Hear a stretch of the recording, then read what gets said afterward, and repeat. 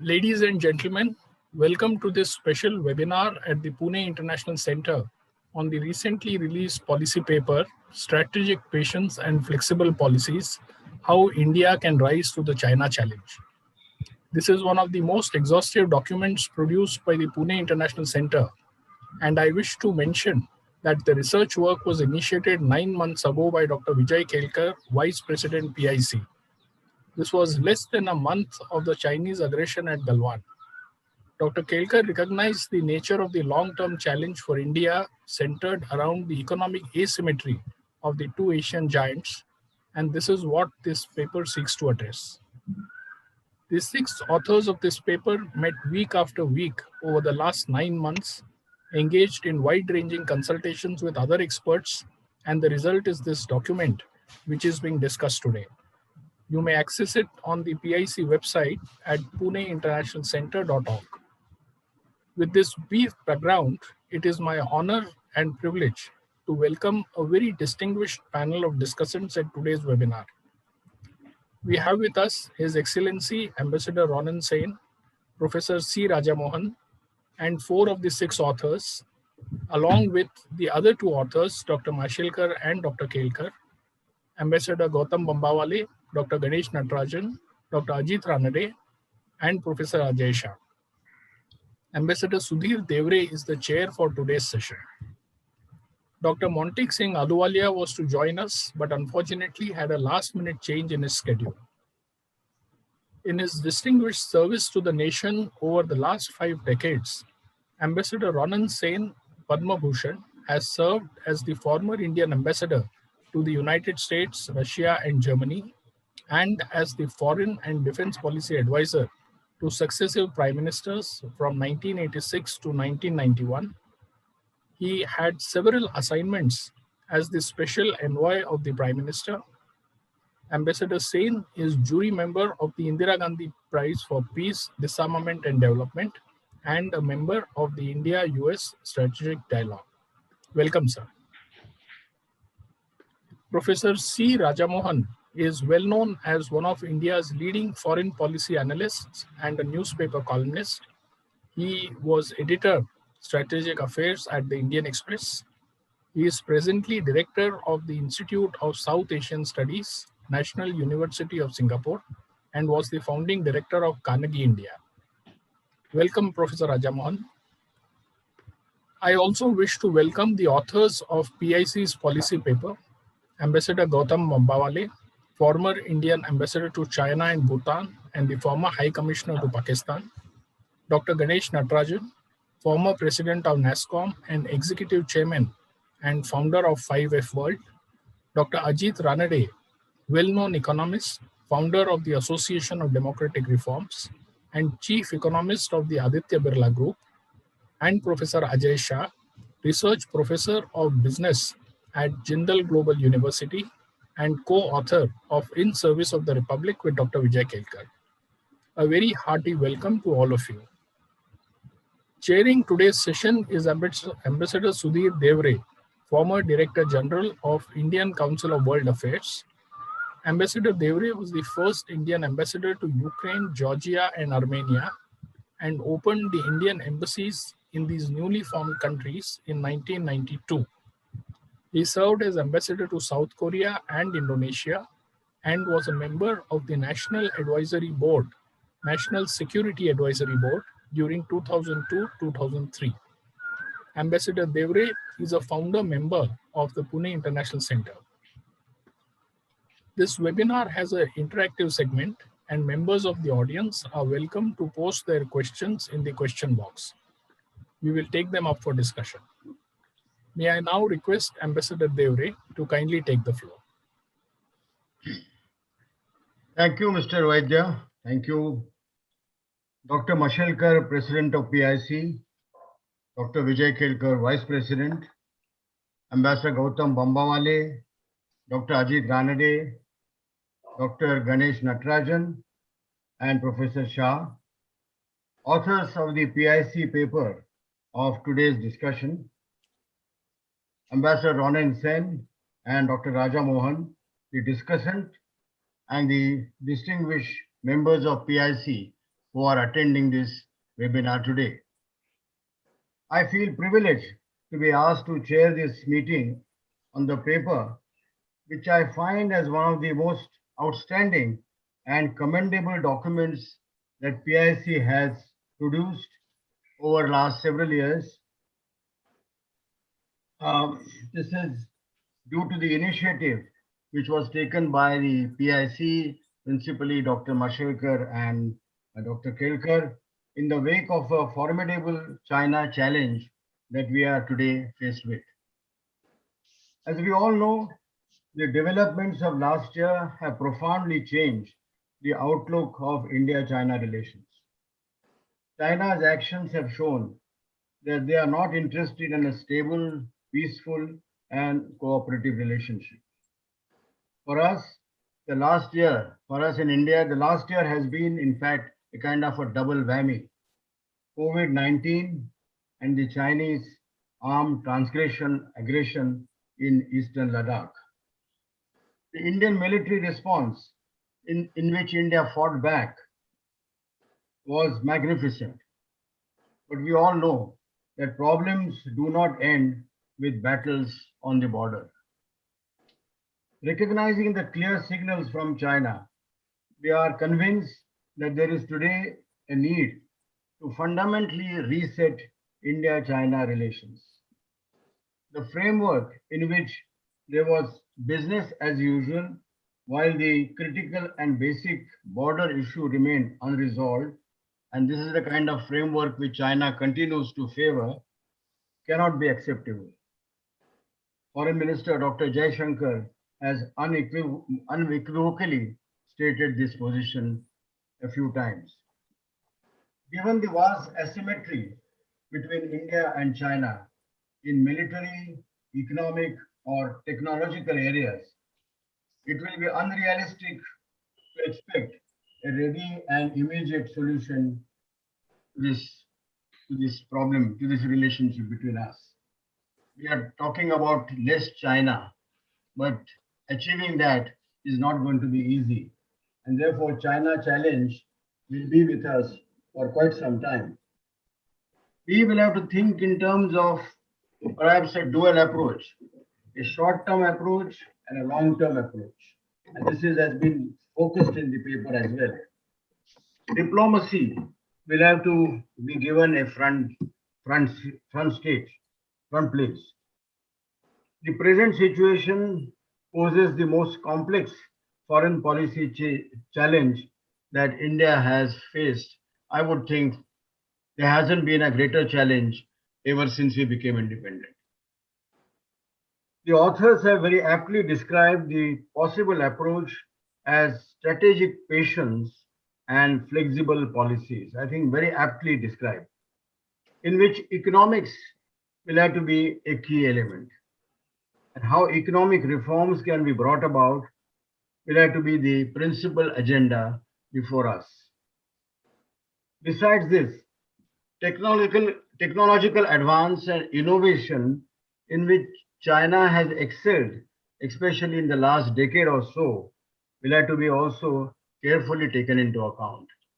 I think in the discussion on our paper and also in our subsequent approach, all these factors have to be very carefully calibrated and put together.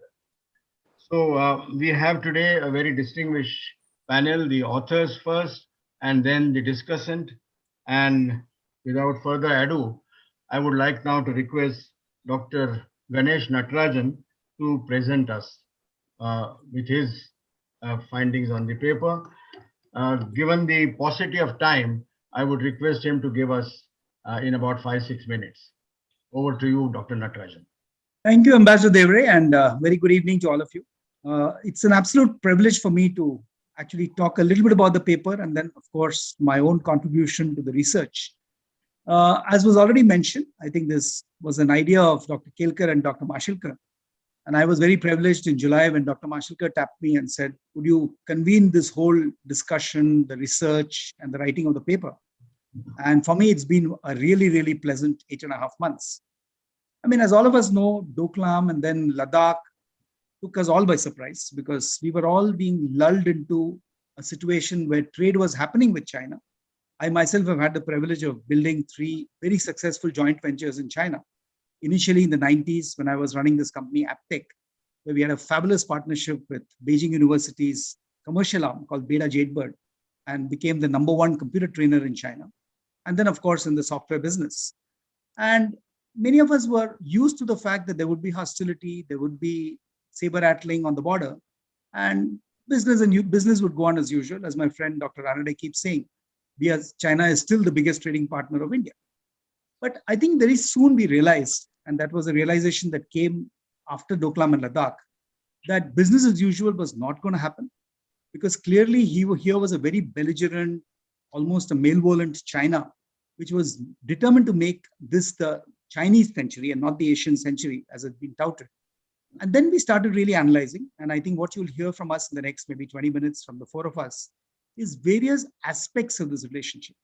Because when you say strategic patience is important. But the word strategic has huge implications, because you have to be strategic on multiple dimensions. You have to be strategic when it comes to diplomacy. You have to be strategic when it comes to economic thinking. You have to be very, very strategic when it comes to building our own forts, our own positions of our strength. And my own perception coming from manufacturing skills and software was that we really have to understand where China left us behind in various industries. And in the initial part of the research, I think most of you know this, around 1962, India and China were the same in terms of GDP and give or take a few $1 million. 1980, China was $305 billion to India's 189. And then they started galloping. If you look at the story of the next 40 years, by 2019, which is just before COVID, China was $14 trillion as an economy, and India was still at 2.9 trillion. So the difference was very, very stark. Our own belief as passionate patriots and people who believe that India has the capability to make it happen is that we can bridge this gap. Because clearly China will slow because of demographic disadvantage. Clearly China will slow because of a perception by many of the Western powers that China can no longer be trusted. And it's conceivable that China's growth might fall to as low as 4% a year, which could take it, if you look at 2041, 20 years from now, to maybe 53 trillion. And India must and can and should grow at 8% a year, which could take us from 3 trillion to 40 trillion. And there again, there would be not too much of a difference between the two. So very quickly, how can we make this happen? From the industrial point of view, we analyzed it in 3 dimensions. First is areas where we should definitely reduce a complete dependence on China. An example, of course, is rare earths, where China has almost 72% global market share because of the natural advantage of many of the rare earths actually being there in the country. So here we have to move away from complete dependence, as indeed President Biden is talking about doing in the US. The second is the Atmanirbhar initiative. I mean, obviously, one of the big areas where we have been dependent in China is in telecom, for instance. But if you look at what is happening in the recent past, I mean, look at Reliance, who raised $20 billion just for Jio at a $52 billion valuation. Clearly, we are saying that in new standards like 5G and so many other areas, there is an opportunity for us to be Atmanirbhar. And last but not the least are multiple industries where we can come from behind. I mean, the classic example being electronics, where I come from the IT services sector. And we are very proud to have nearly 55% global market share of outsourced software. And that's a $190 billion industry. But many critics would argue that in that process, I mean, the government was so happy with us that they left the hardware industry behind. Not quite true, but I won't get into that. But if you look at the core ICT sector, which we're talking about maybe a $2 trillion opportunity, China and maybe 6 other countries have captured enormous market share, and India is nowhere. But we've been finding potentially, in fact, very recently, about 3 months back, we had a meeting with the Prime Minister at NASSCOM. And the Prime Minister challenged us saying, you're proud of your $200 billion industry. Show me how another 500 billion can happen in your industry itself. And that's clearly in core ICT, which is both design, semiconductors, and so many other areas. And we recently had a discussion on just on semiconductors and fab and fabless semiconductors, which is maybe a $500 billion opportunity for the industry. If you go beyond that into industries like automotive, okay, clearly the world is moving towards autonomous, connected, electric, shared vehicles. And there India has an opportunity. In fact, I myself am privileged to chair the government's Software Technology Parks initiative, which is a COE just for this purpose. And now we are moving towards hydrogen. So clearly there is some opportunity to restore symmetry to a certain extent. If you move beyond that to agriculture, for instance, I mean, we all are concerned about the farmer agitation and so many other things. But if you peel away all the distress that has happened, in reality, we cannot be a rice and wheat economy. I mean, there is opportunity in grains, in fruits, in organic products, and we need to understand that and really embrace it. Chemicals, where China has been so successful because of the large number of chemical SEZs. Completely no reason why we can't do this. Pharmaceuticals, Dr. Mashalkar has been reminding us that even in the vaccine situation, we have come out much better than China, whether it's Bharat Biotech or Serum Institute's manufacturing, certainly better than the reception by that Sinovac has received, et cetera, et cetera. So clearly, I think we have found that we have the opportunity to make it happen. I think the government is coming to the party. What we are seeing with the $28 billion plus investment in productivity-linked incentive schemes, the immediate response from very large multinationals like Apple Computer shows us that it can be done. And I'll stop here by saying, on the industry dimension, we have a long way to go, but we truly believe with some patience, some policy, we can certainly catch up and in fact exceed China in many dimensions and hopefully become a very realistic alternative supply chain center for the world. So thank you very much, Ambassador Devari. Back to you. Thank you very much, Dr. Natarajan. Thank you for sharing your own experience and giving your outlook, also identifying several areas in which we have the opportunity to close the gap. We have with us authors of this book, this paper, and I would now request Dr. Ajit Ranade to share his remarks with us. Over to you, Dr. Ranade. Thank you, Mr. Devari, and thank you for inviting us to this session today. Actually, what was the situation until a few years ago was that India-China relationship was expected to be one of the most dynamic and dynamically evolving relationship, and sort of defining the 21st century. In fact, as Ganesh said, Asian century mainly defined by India and China, and the bilateral relations were evolving, I would say, in a very dynamic sense. What I mean by that, more than 50 years, we know that there's been issues like border frictions and India's position as a lower riparian country, Brahmaputra, the waters of Brahmaputra and so on. But somehow, or rather deliberately and strategically, I think we were able to keep the issues of economic engagement, trade, commerce, investments, bilateral flows, separate and compartmentalized from the other issues, thorny issues of border and other geopolitical issues. And it was our belief and my belief that we could explore both independently. But what has happened in the last few years, and Ganesh mentioned Doklam, and of course, the most sort of significant event last year in Ladakh, in Galwan, but even a few other incidents in the last few years, it is giving a very unambiguous signal that it is China which is upsetting this status quo. That it is no longer tenable to separate or compartmentalize economic engagement and other geopolitical engagement or diplomatic engagement. And this, I think, is sort of the basis for why we undertook this research and enterprise. That what should India's stance be to meet this Chinese challenge in the new landscape?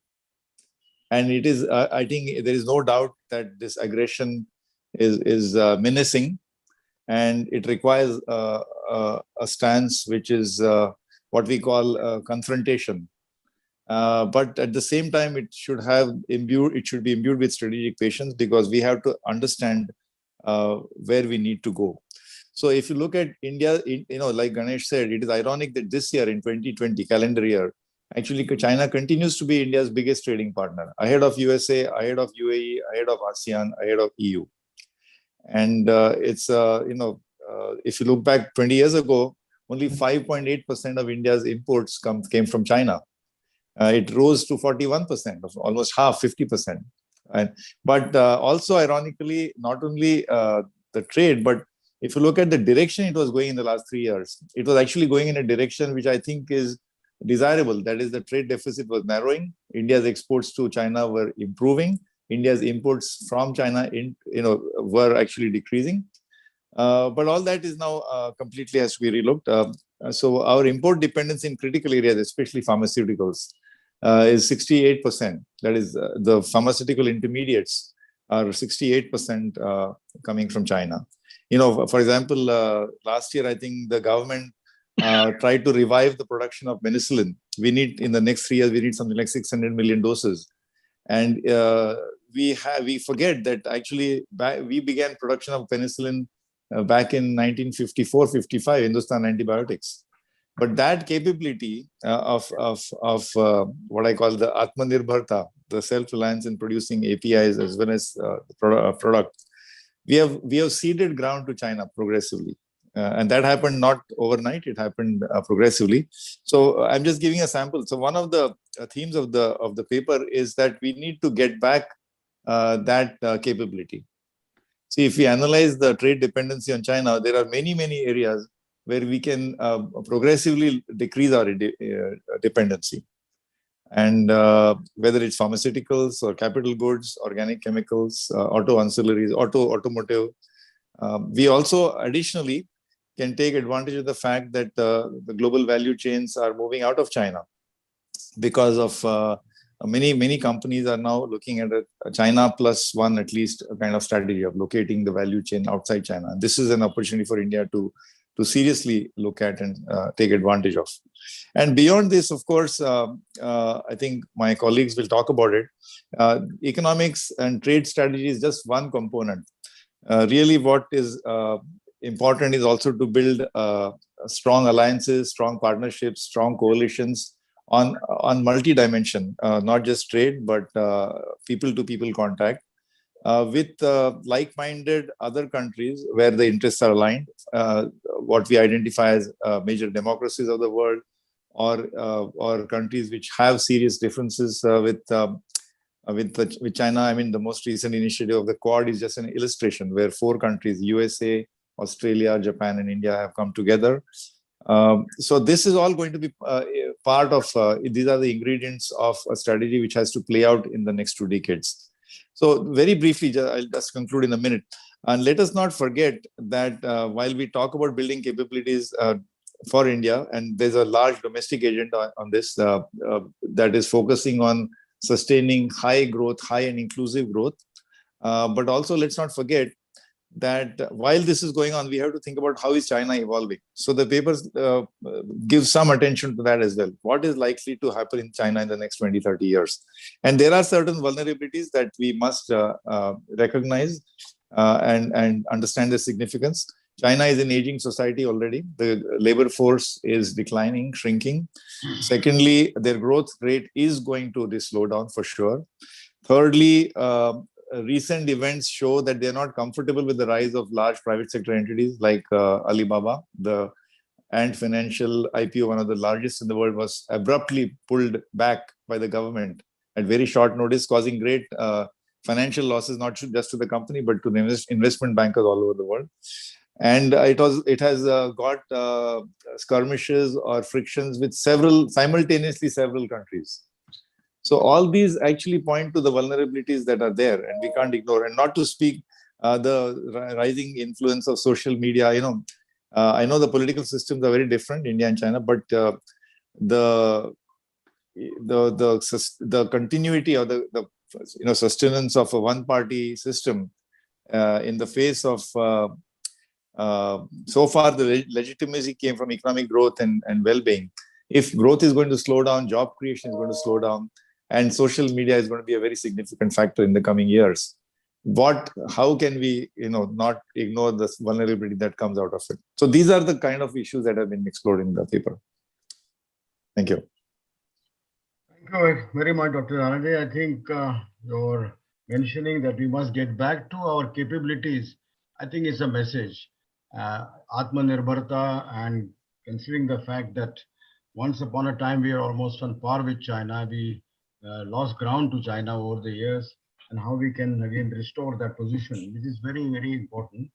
I think your reference to GVCs going out of China, but how many of them have come to India? How many of them shown interest in coming to India, and what kind of problems or hurdles are they facing? I think this is also a kind of a study which needs to be done, because this is a theme which I hear a lot, but practical examples, I don't know. I have not been. Mr. Devra, if I can just spend a minute on this. Yeah. This requires a radical change in our stance. When we signed our free trade agreements, we signed several of them in the last 15 years. Our approach was that we would allow free entry of goods or free movement, so long as there was significant value added in those partner countries. Now that stance has to change. We have to focus on employment creation, even if the value addition is low. The classic example is iPhone. Now iPhone manufacturing is happening in India, but as you know, it's largely still an assembly operation.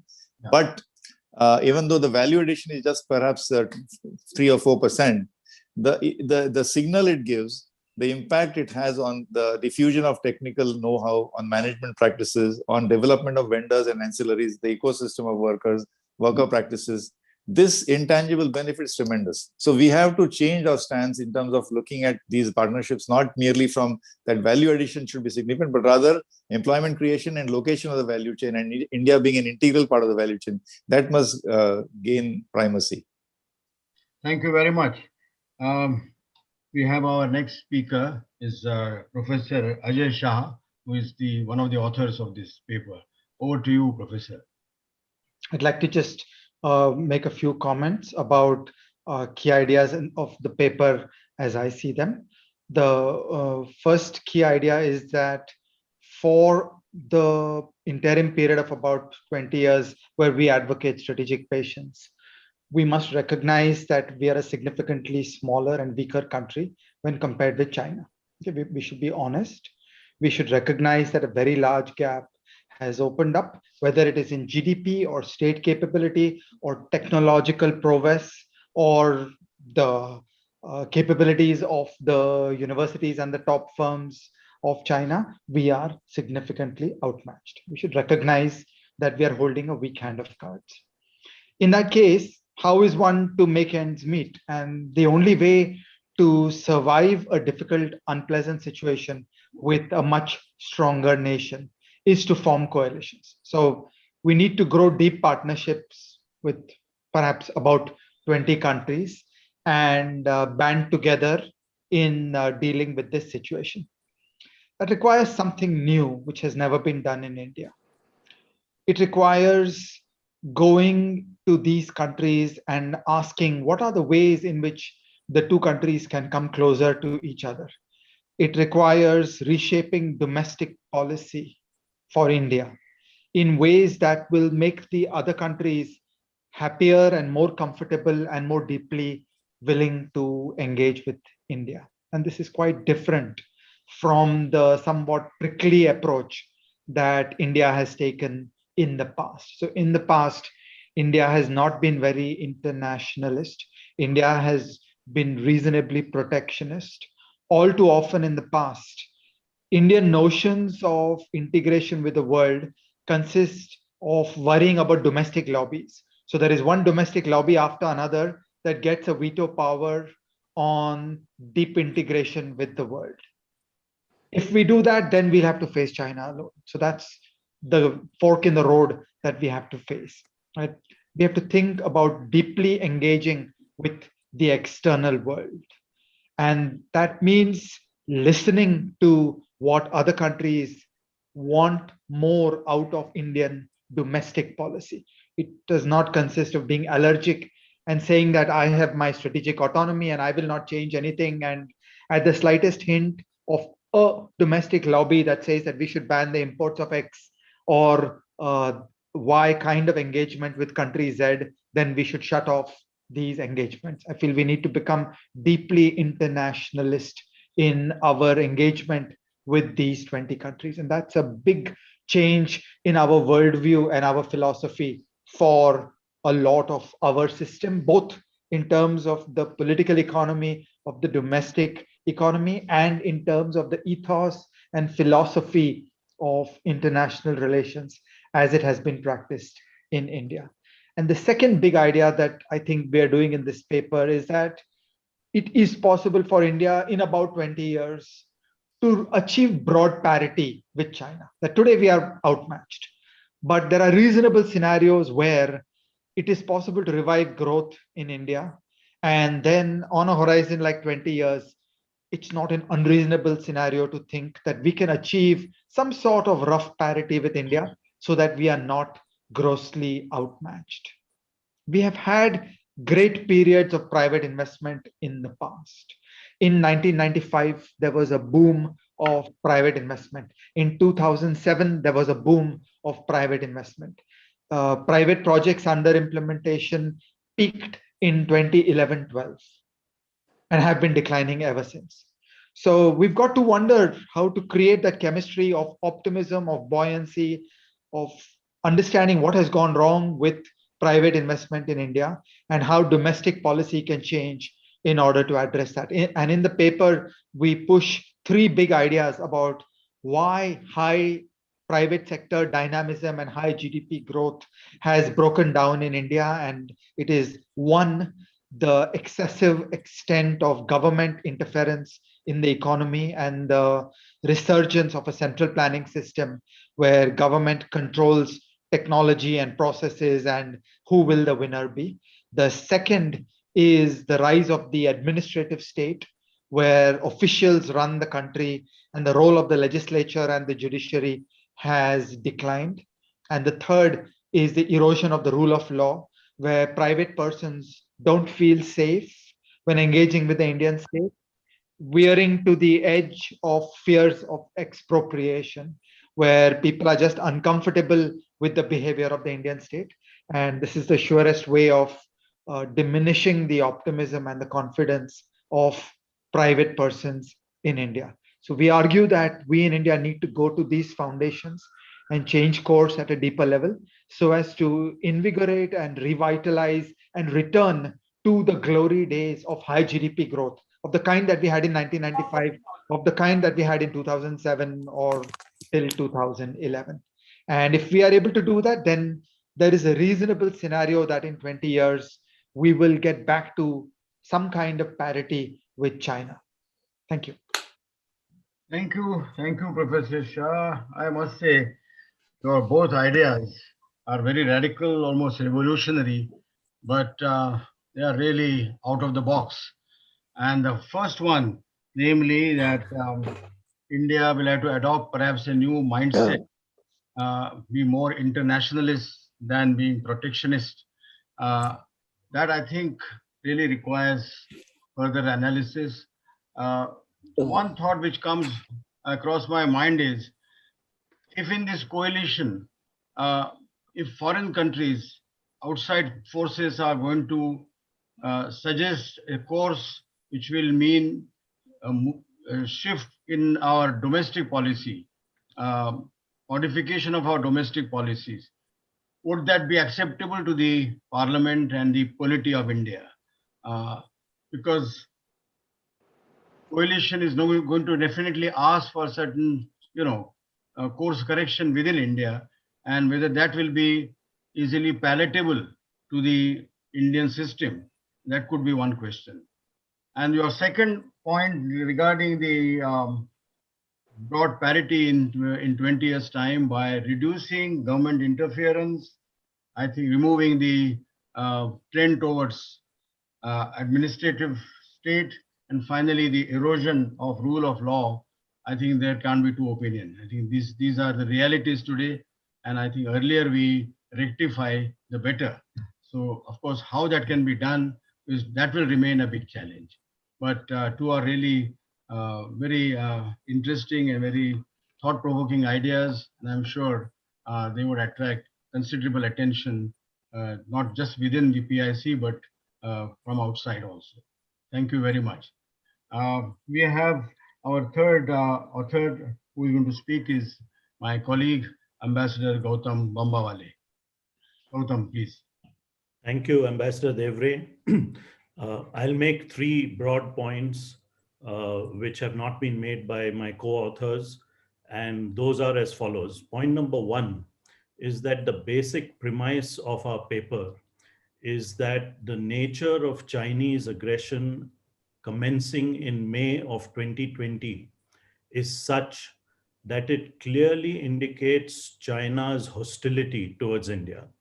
This is something which has not been accepted or even understood by large numbers of people across the length and breadth of India. And the reason we come to this conclusion is because the kind of military forces which the Chinese have moved into Eastern Ladakh in terms of numbers, in terms of caliber, in terms of firepower, is something that we have never seen before. So you have 40 to 50,000 Chinese troops which had been moved close to the India-China border areas. You had heavy artillery, you have had tanks, except for the Pankong Lake area where there has been an agreed disengagement, those troops continue to remain not only on the Chinese side, but the matching buildup which has been made by India also continues. So I think one of the basic premises of this paper is that we must understand and must factor in that there is a hostility on the part of China towards India. And it is this hostility that India will need to rise towards and will have to contend with over the next 25 years. That's point number one.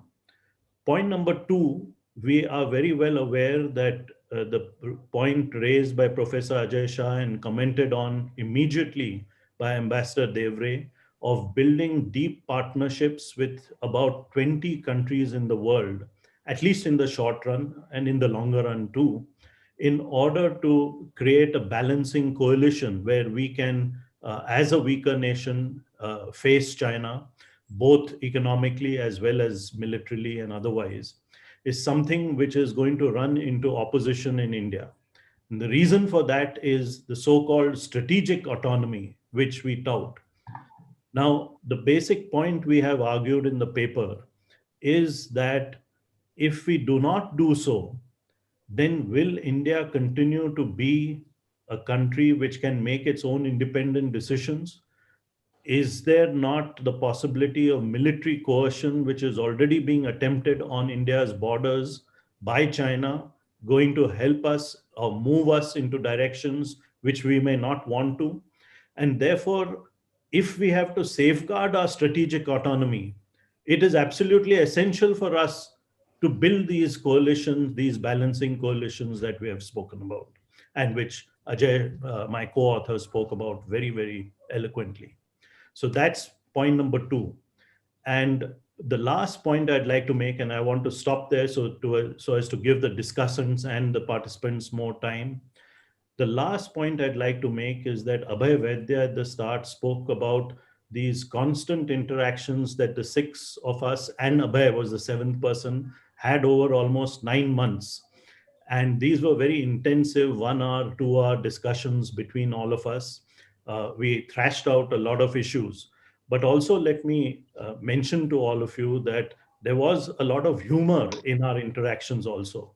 And eventually, Dr. Mashelkar and Dr. Kelkar started calling the four of us, the co-authors, Gaga. Ganesh, Ajit, Gautam, Ajay. So we became the Gaga part of the authors group.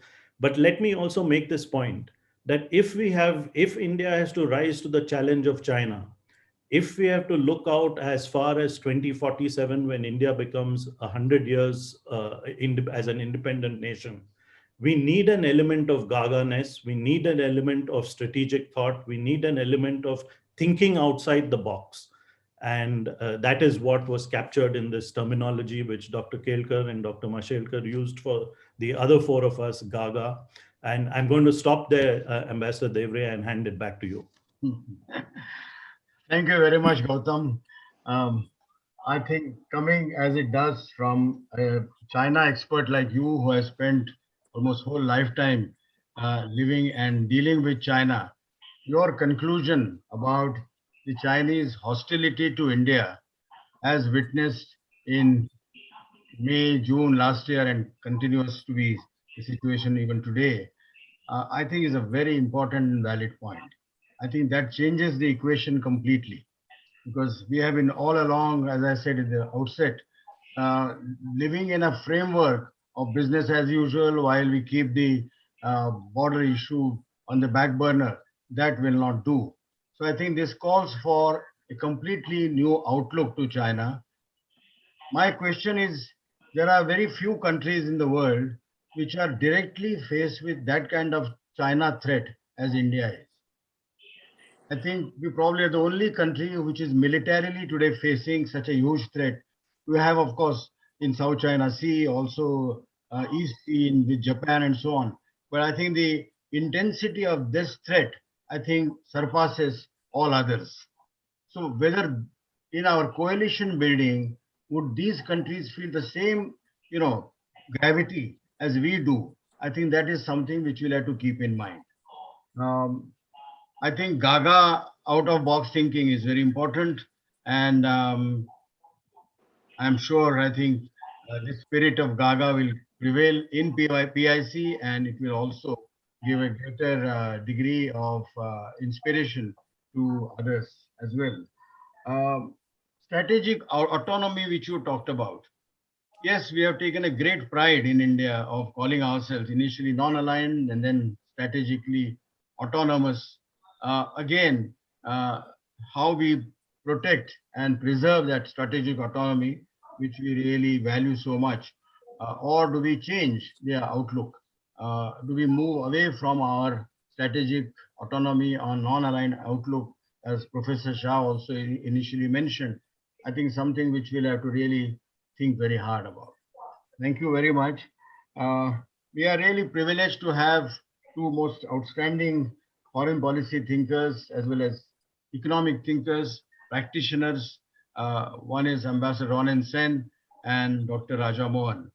Dr. Ahluwalia was also to join us, and I was really looking forward to his presence to hear from him about economic reforms, he being one of the architects of economic reforms in India, but unfortunately couldn't come. So we would like to hear both Dr. Raja Mohan and Ambassador Ronen Sen, their outlook about this very complex problem. And I'm sure they will also come up with some bright, new, out-of-the-box ideas. Raja, to you, please. How many minutes? About 10 minutes, yeah. Okay. Yeah. Thank you, Ambassador Devre. Let me just make three preliminary remarks and three substantive points on the report. First, I think I'm really delighted to be with all of you in Pune. I've had the pleasure of coming there last many years for several events, including those organized by the Pune International Center. So it's wonderful to be back with Dr. Mashilkar, Dr. Kelkar, and all of you this evening. Second, I think I have a reservation. I mean, it's somewhat daunting to be on the same panel as Ambassador Ronen Sen, who has really, who's been associated with so many of the transformations of India's international relations, and someone who I'm always admired. So you might forgive me for some of my, indiscretions, which I might say in the next few minutes. And finally, I want to compliment the PIC and the authors of the report, because it certainly surprised me as someone who spent a lifetime in think tanks and quite jaded by policy papers, reports, new ideas. This report does something which most of us don't do at think tanks, which is to actually say something that is consequential. Because most of the time, the think tanks or the think tank reports are trying to avoid saying something clear-cut and decisive. And the tendency is to really to fudge normally what they say about the economists, two hands. So the tendency is to avoid taking decisions. I think one of the unfortunate things in India has been, there's been a dramatic expansion of think tanks, the proliferation, but yet the hesitation to suggest something to the government, the hesitations to argue, look, let's take another path, is fairly deep and entrenched. And in fact, most think tanks don't like a new idea that they meet, and everyone feels quite safe to stay a few steps behind the government rather than ahead of it. So in that sense, the report is quite clear in what it states. and comes up with a whole range of ideas in terms of dealing with the problem that we have. We might not always get it right in this process because we'll never have the information that the government will have. But I think the contribution that think tanks must make is really by expanding the discourse, by bringing in insights, and by suggesting alternative pathways for India's progress. Having said that, I mean, let me come to the three issues, I think, which I found interesting in the report. First, I think the report clearly and correctly identifies the central problem that we have with China. It is the problem of asymmetry. All the authors talked about it. The gap that has emerged is huge. And even if China falters and we do very well, it is quite likely some gap will remain in the decades to come. But the problem is not just a question of how do we reduce this gap, but it's also about a mindset, because we've so long used to the idea of parity, of equality with China. We've also underestimated China's ambitions, and we've constructed for ourselves a romantic notion of partnership with China to reconstruct a world order. I mean, in fact, if you look at India-China joint statements going back to the late 1920s, when Jawaharlal Nehru met the Chinese nationalists in Brussels Anti-Imperialist Congress, this constant theme, we're going to work with China to change the world.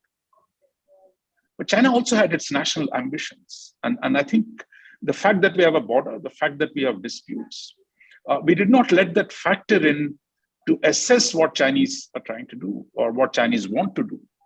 And I think that today what happened in Galwan, it's not that the Chinese claims are new. What is new is that the fact that the Chinese have the power to redeem those claims, and they made a bold effort at redeeming some of those claims.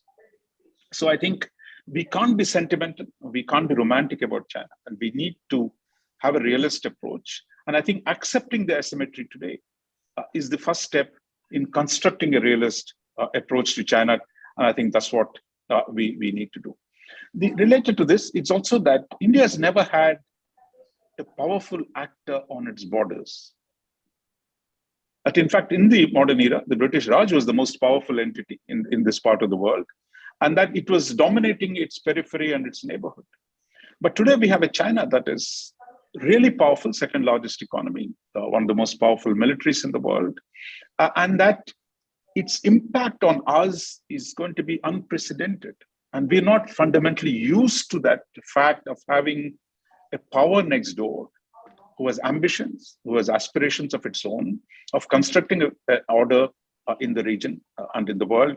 And I think we have to deal with it. And I think this, we've again, I think, even as China opened up a gap in the last 2 decades and the asymmetry began to emerge, we underestimated the geopolitical consequences of economic asymmetry, because much of the problems that we're going to face on the political and foreign policy side are the consequences of that asymmetry. The rise of China, for example, undermines India's presumed primacy in the subcontinent that we've long believed this is our region. But today, Chinese trade with our neighbors, Chinese corridors into subcontinent, the Chinese presence in the Indian Ocean. If they haven't given us a root shock, we're going to be prepared for a lot more that we're going to see.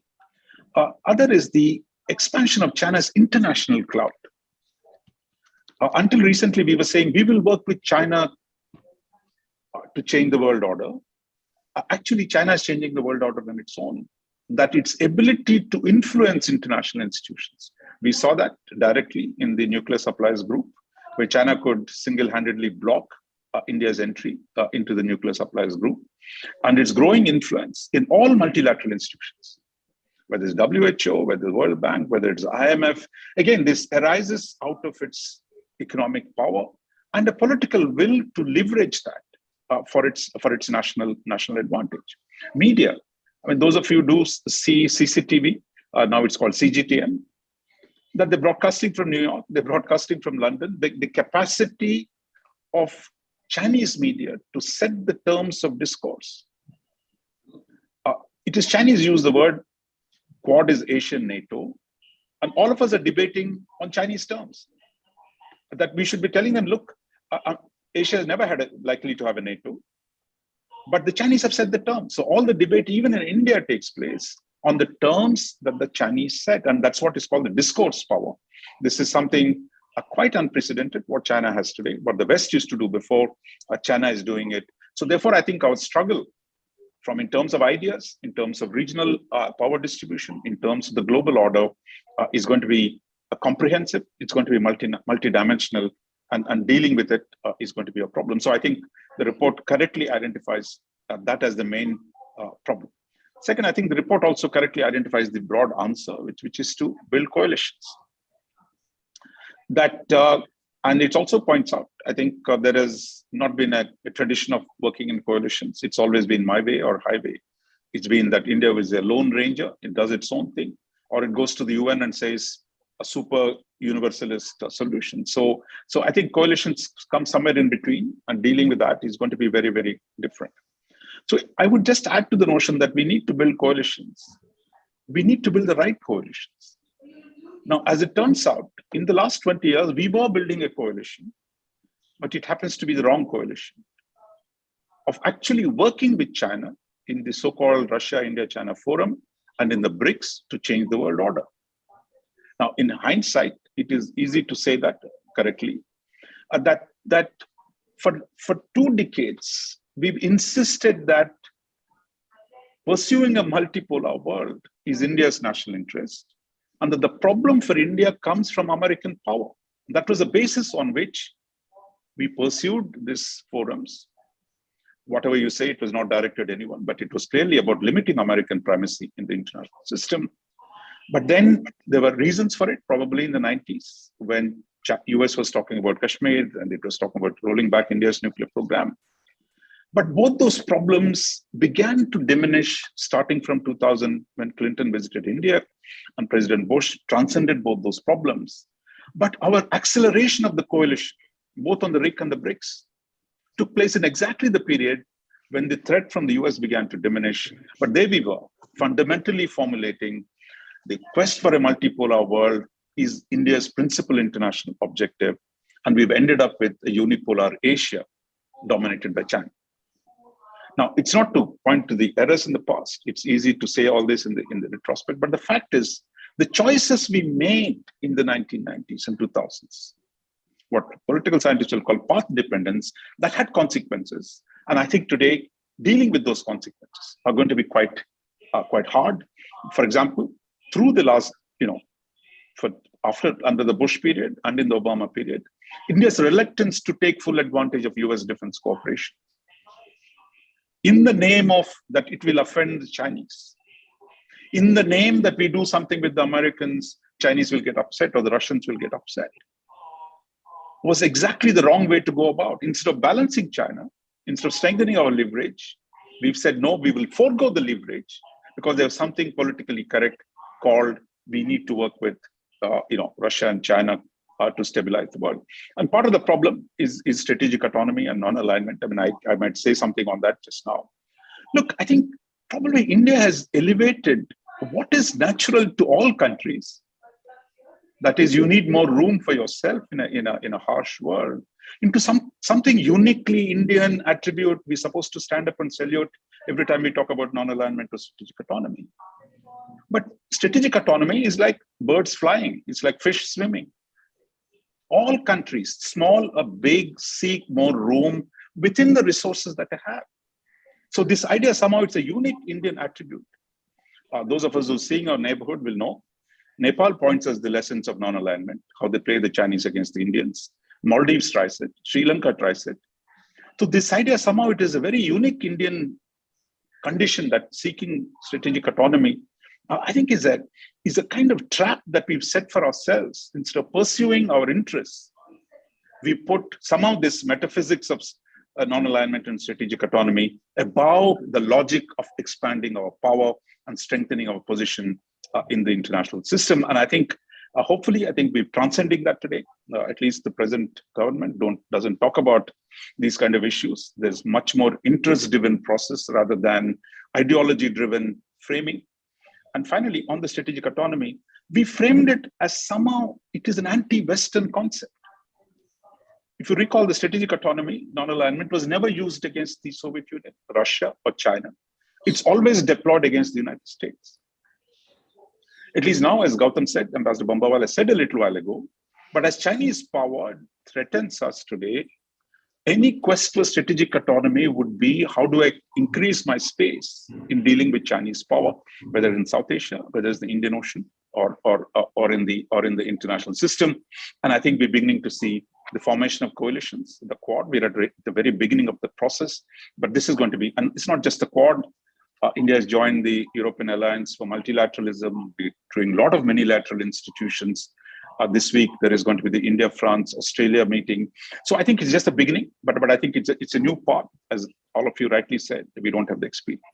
But coming to the final point, I mean, I would say that although we have not done coalitions before, is often we tend to dehistoricize our relationship.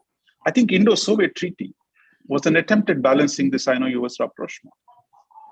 Even before that, I mean, there was a treaty after that, maybe Ambassador Ronan Sen can talk about it. The India-Bangladesh Security Treaty, people have forgotten about it because it died very quickly, 1972. And well before that, Nehru himself signed the Nepal, Bhutan, and Sikkim treaties. Those were security treaties written for our neighbors. But there we were pretending in the last few decades, oh, India doesn't do this stuff. But we've done that before. But we lulled ourselves into a situation where we thought all this was passing. So I would say the problem for coalitions is, one, that no coalition is going to be easy because everyone has their interests, which is what Ambassador Devre was talking about. But we go with people as long as they go with us. This idea, America is going to absolutely assure you a priori they love you and they're going to be married to you. No, they're not going to give any such assurance. It's a judgment we have to make. And if you're sitting in Washington, you would say India is sitting in RICS, India is sitting in BRICS. So I think it is, everyone is looking after themselves. And given the level of convergence, how do we build on that? How do we strengthen ourselves as long as convergence is lost is the question, and not seeking a promissory note. And no ally, no alliance gives you a promissory note of a permanent relationship. And alliances are fungible, they move. Look at Turkey, is supposed to be part of NATO. Is doing things with Russia, which you would not expect them to do. Two Asian nations, Philippines and Thailand, are supposed to be allies of the United States. Are they closer to China today? South Korea is supposed to be a treaty ally of the United States, but it bends to Chinese power. So I think we should take in it too textually, too literally, rather than saying, look, at this point, these are my interests. How do I gain by collaboration, by partnership with the others? So I would strongly support, I think, the basic conclusion of the report, that we need to build coalitions and we need to do give and take, which is, again, a huge problem for Indian diplomatic tradition. And I think getting that is going to be a problem, for example, right now, on trade, on climate, on a range of issues. Your first position can't be your last position. How do we bargain hard, even with our friends? In fact, on trade issues, the US is the most difficult friend to have. But I think we have to deal with that and learn to find ways in which we increase our capacity, we strengthen our national power through give and take, rather than saying there's some kind of higher principle that somehow we're going to be held rather than seeing our interests. So let me conclude by saying asymmetry is part of life. All countries deal with it. It's not a unique condition that we have. Huge international experience. I mean, even Chinese, for example. I'll just conclude with this thought. China and US fought the Korean War, 1950 to 53. Thousands of Chinese died. But 18 years later, Mao Zedong was sitting with Richard Nixon and saying, how do we fix the Russian problem? And Mao Zedong's own son died in the Korean War. So I think the idea that asymmetry is managed through coalitions, through alliances. Alliances are so central to any statecraft, whether it's Kautilya, whether it's the Panchatantra, whether it's Sun Tzu. But yet we made somehow this is an unnatural condition of doing alliances and coalitions. And I think the need to break out of that and find ways to work with others is the challenge. But I'm confident already in the last few years, I think we're moving in that direction. And the stronger we get, our leverage in building coalitions and managing them will continue to grow. So let me stop by saying It's been a wonderful report. Congratulations for Pune International Center for producing this report. Thank you very much, Raja, for that brilliant exposition of several views. I think it will take some time for anyone to really respond to them. I think your point about asymmetry, I think we have willy-nilly accepted asymmetry vis-a-vis China. And the Chinese tend to regard India as unequal, inconsequential player. And we also think in terms of a kind of a senior or a junior position. All that will not be really acceptable to Indian pride. And we have all along believed in kind of a parity with China. So I think asymmetry is going to be a very hard truth, which we'll have to accept, but we'll have to deal with it over the next decades. And the whole issue of strategic autonomy, how we get over our own mindset, I think that is something which is going to be really a challenge for all of us in the coming years. We have my colleague and friend, Ambassador Ronen Sen. Ronen, please share your views with us on this topic. Thank you, Sudhir. I think it's been a very stimulating discussion, and I would like to tell Raja that actually there should be more such indiscretions. And actually, we have been, if you really look back, India. I mean, as far as I have not been there from the beginning, but at least one has seen several changes, and we have responded in each case pragmatically, and not through an ideological prism, whether it's of non-alignment or, strategic autonomy or whatever. Those have been superimposed later on. We have also gone by experience. For instance, in Russia, when I was there, we saw the witness since 1967. I was outside the Chinese embassy quite inadvertently and saw the organized attack on the Chinese embassy in Moscow. And that was the bloodiest attack, much more bloody than what we have seen in Ladakh.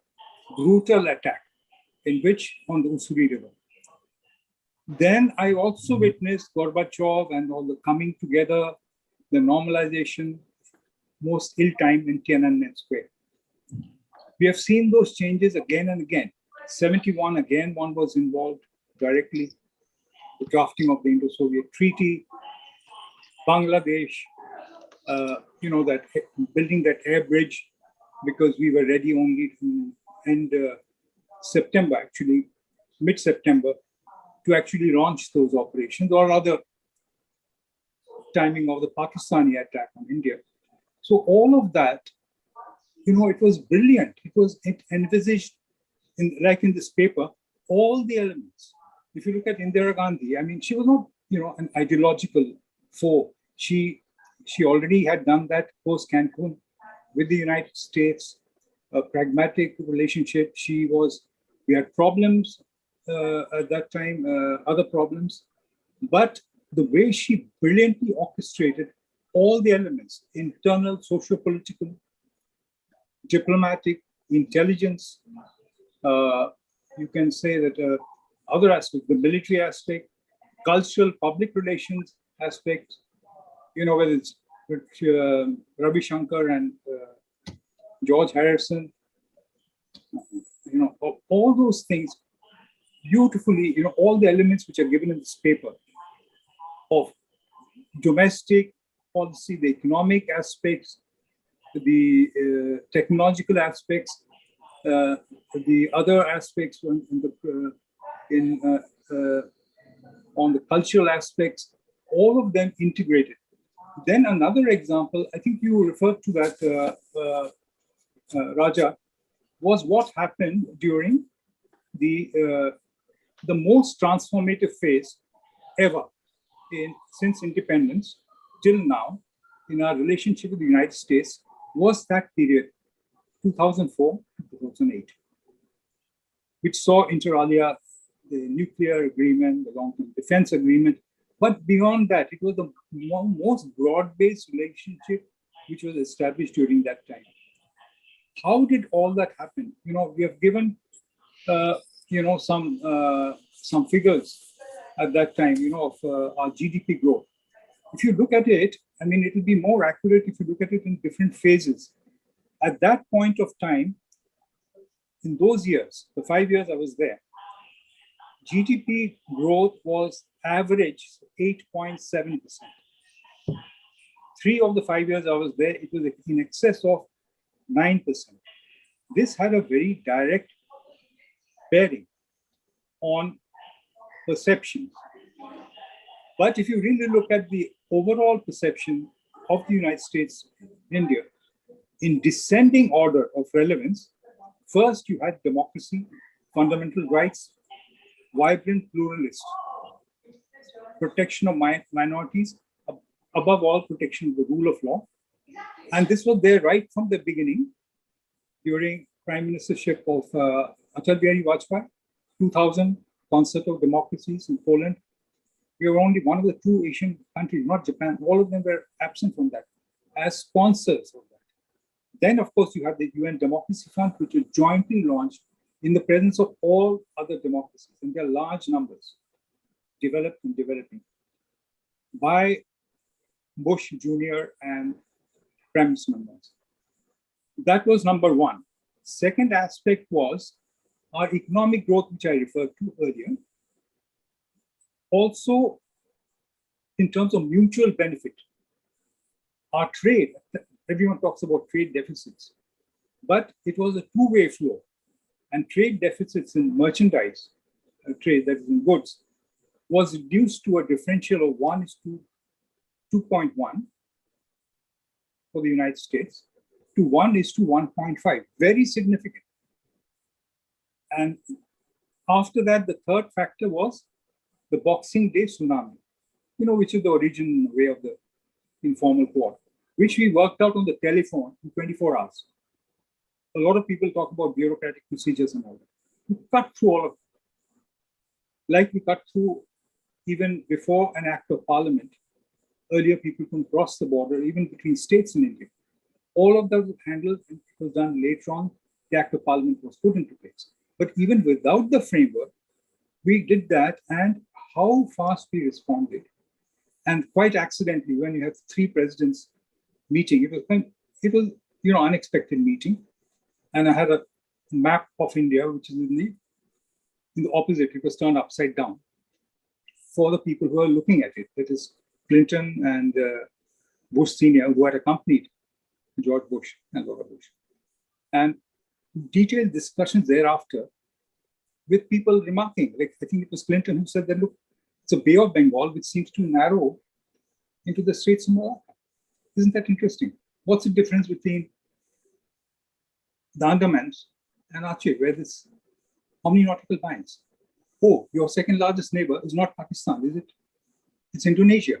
So all these, all these series of things which happen, and above all, a country which was a target, which was a victim of the tsunami, became, all those words we didn't use, the net provider security, but it was the first responder in any case, much before the others could come in Sri Lanka, Maldives, etc. At that time, also, China was not the main motivating factor. It was certainly not even the cementing factor. Certainly was not the resulting in all those agreements. But the fact is that it was in the background. And it also influenced Chinese behavior. Because in 2005, if you remember, you had a breakthrough with China also in the boundary talks. And you had this important agreement. I think it's called exactly, what was it called?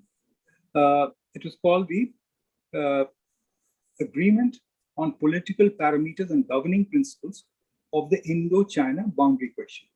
It's not coincidental, because perceptions matter, whether it's in Beijing, Washington, elsewhere. Perceptions about India change. So, and in this background, I think Gautam was there, and there were a lot of people involved in discussions. I was involved in the original discussions when I was in Atomic Energy Agency, Atomic Energy Commission and the Department of Atomic Energy, the Tarapur negotiations, where it all began. But the conclusions that were there were many partners. But what did we do in the embassy with some outstanding colleagues like Gautam was there, Vikram was there, Vikram Mishri, and Javed. We had not only the largest ever mobilization of the Indian American community, but also of the African Americans, the Latinos, broad-based, of all Christian groups, because it was multi-religious, evangelicals, all the rest. You had corporate factor, the economic factor, very much in state of play. The Chambers of Commerce, with the CEOs Forum, the first ever with any other country, and so on, with the labor union, AFL-CIO, with the National Association of Manufacturers, individually with every, with the CEOs of different companies. So all those elements, and individually with them, and basically, I mean, you had something like, 18-hour days for a long period of time, for at least 3 years. So it didn't come about, people have talked about bipartisan consensus. It was not bipartisan consensus in India or in the United States. You have to work hard for it. You have to sweat blood. So these things happened, and that is one part of the story. Very specific example where all these things, what I'm trying to say is that these ideas which seem revolutionary are very much relevant.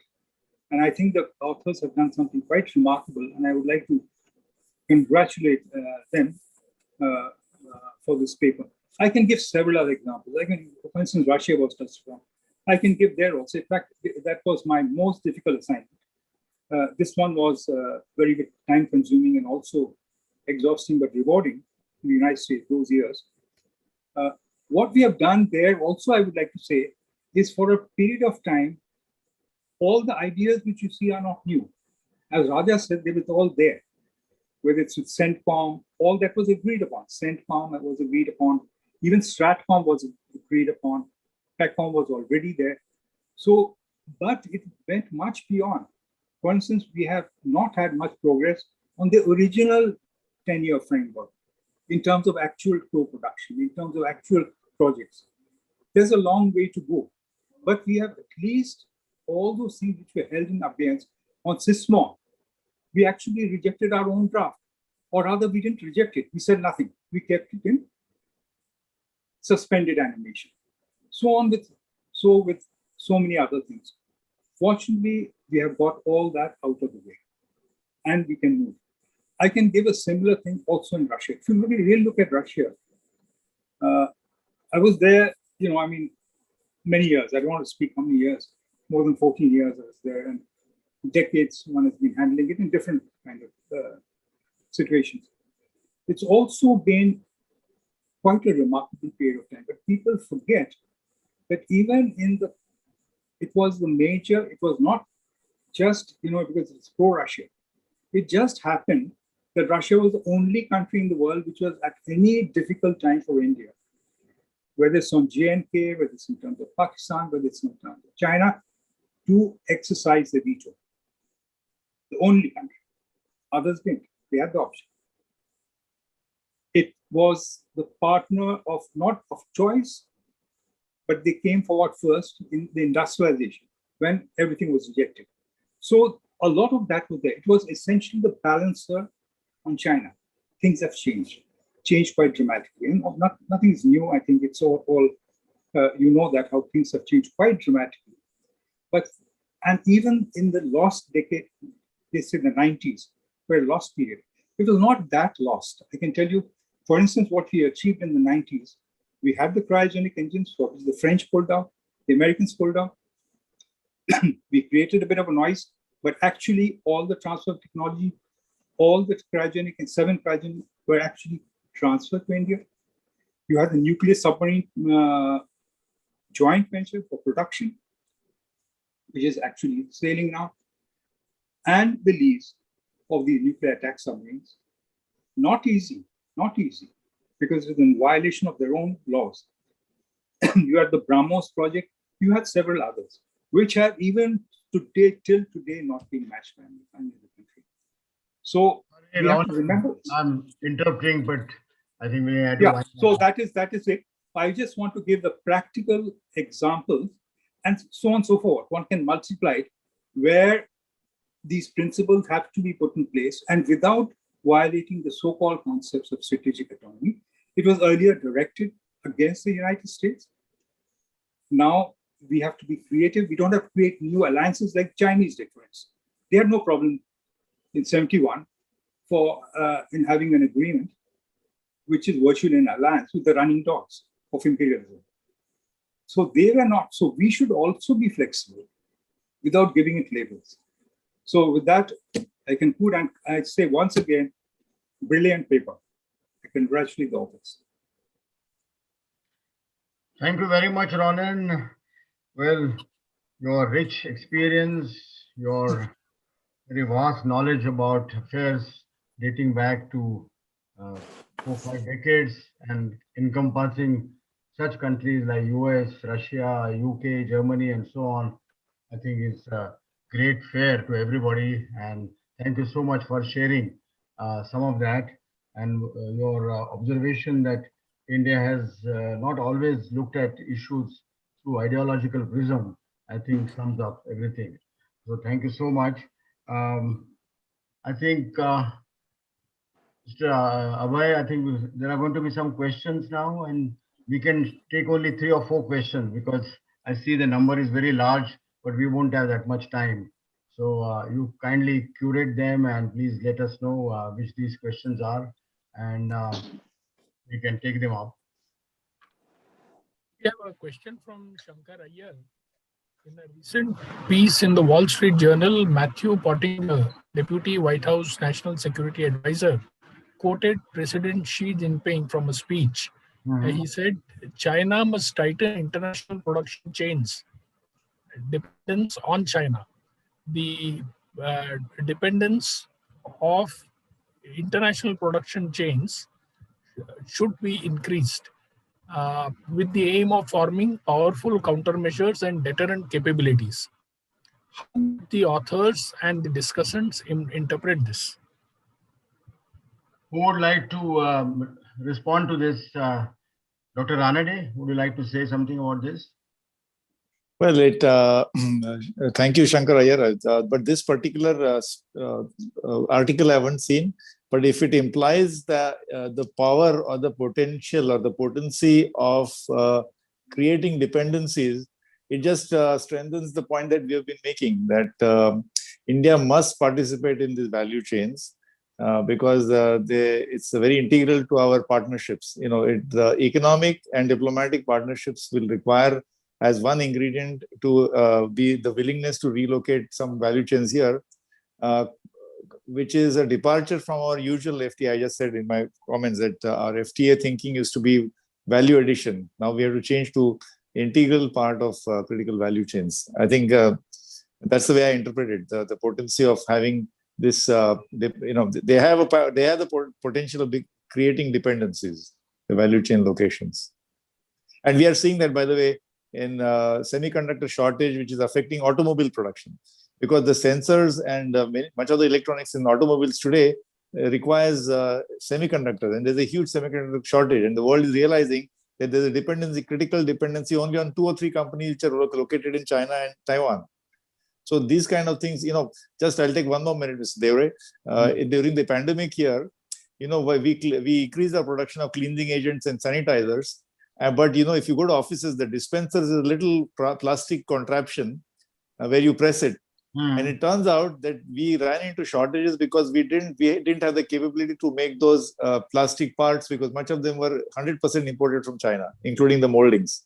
So these are the critical dependencies there. That's why the need. It's not like we Indians cannot make it. It's a very trivial thing. But this is the kind of thing that we need to have the value chain in India.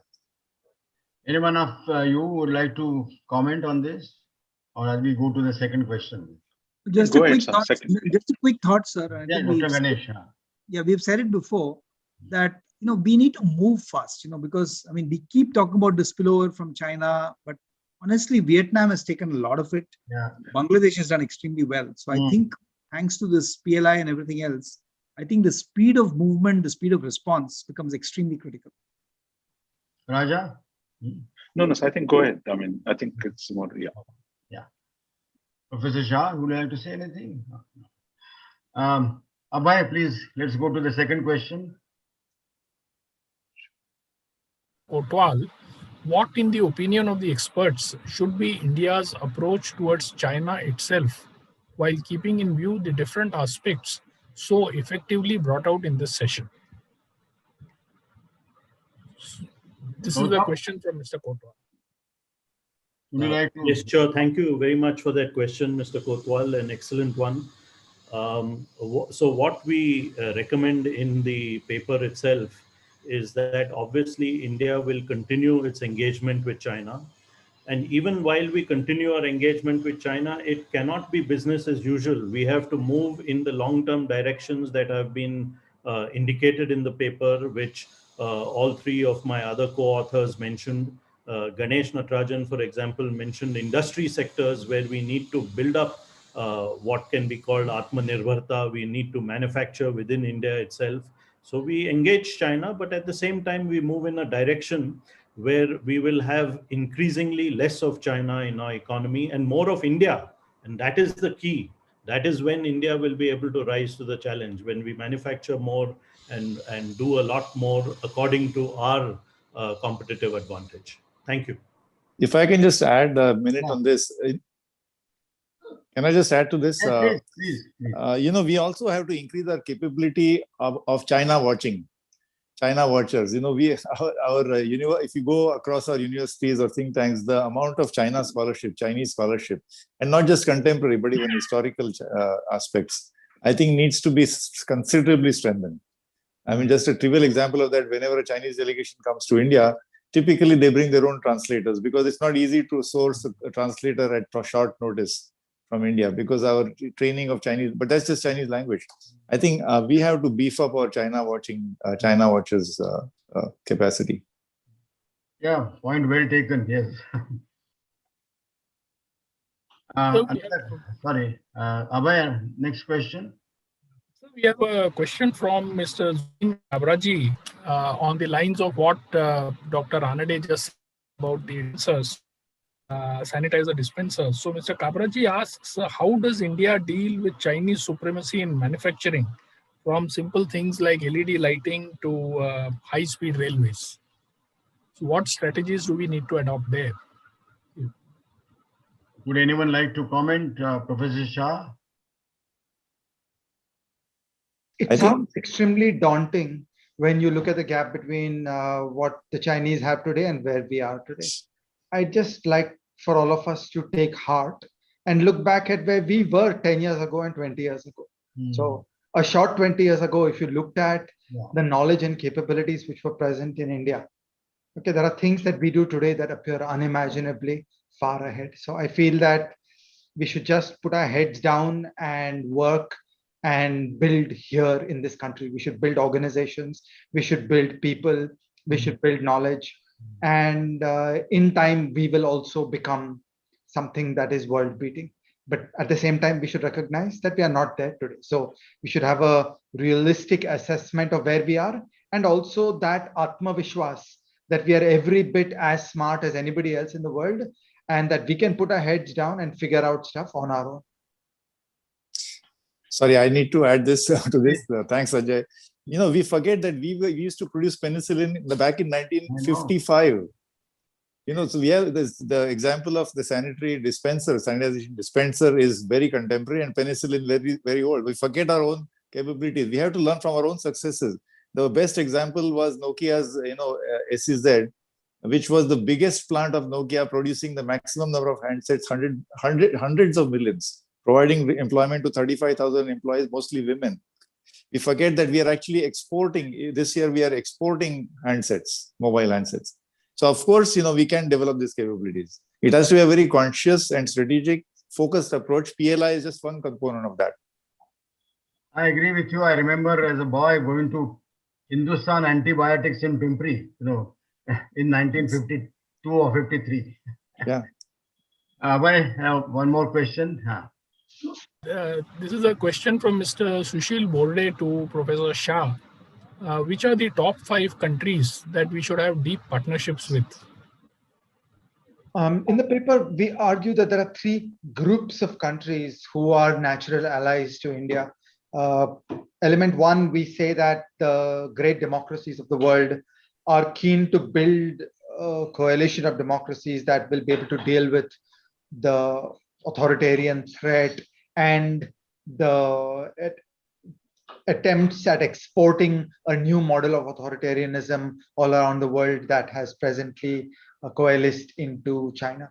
The second group is the countries on the border of China where they seem to have friction with many of their neighbors, whether it is South Korea or it is Taiwan or it is the Philippines or it is Vietnam and so on. And the third category is the countries in South Asia. That these are countries who have a natural opportunity to integrate deeply into India and, to use finance jargon, to become long India. That these countries should be so deeply woven into India by virtue of India's unilateral dismantling of barriers, that they should see their prosperity and their success in India's prosperity and India's success. So these are the three groups where there are natural opportunities for India to do better.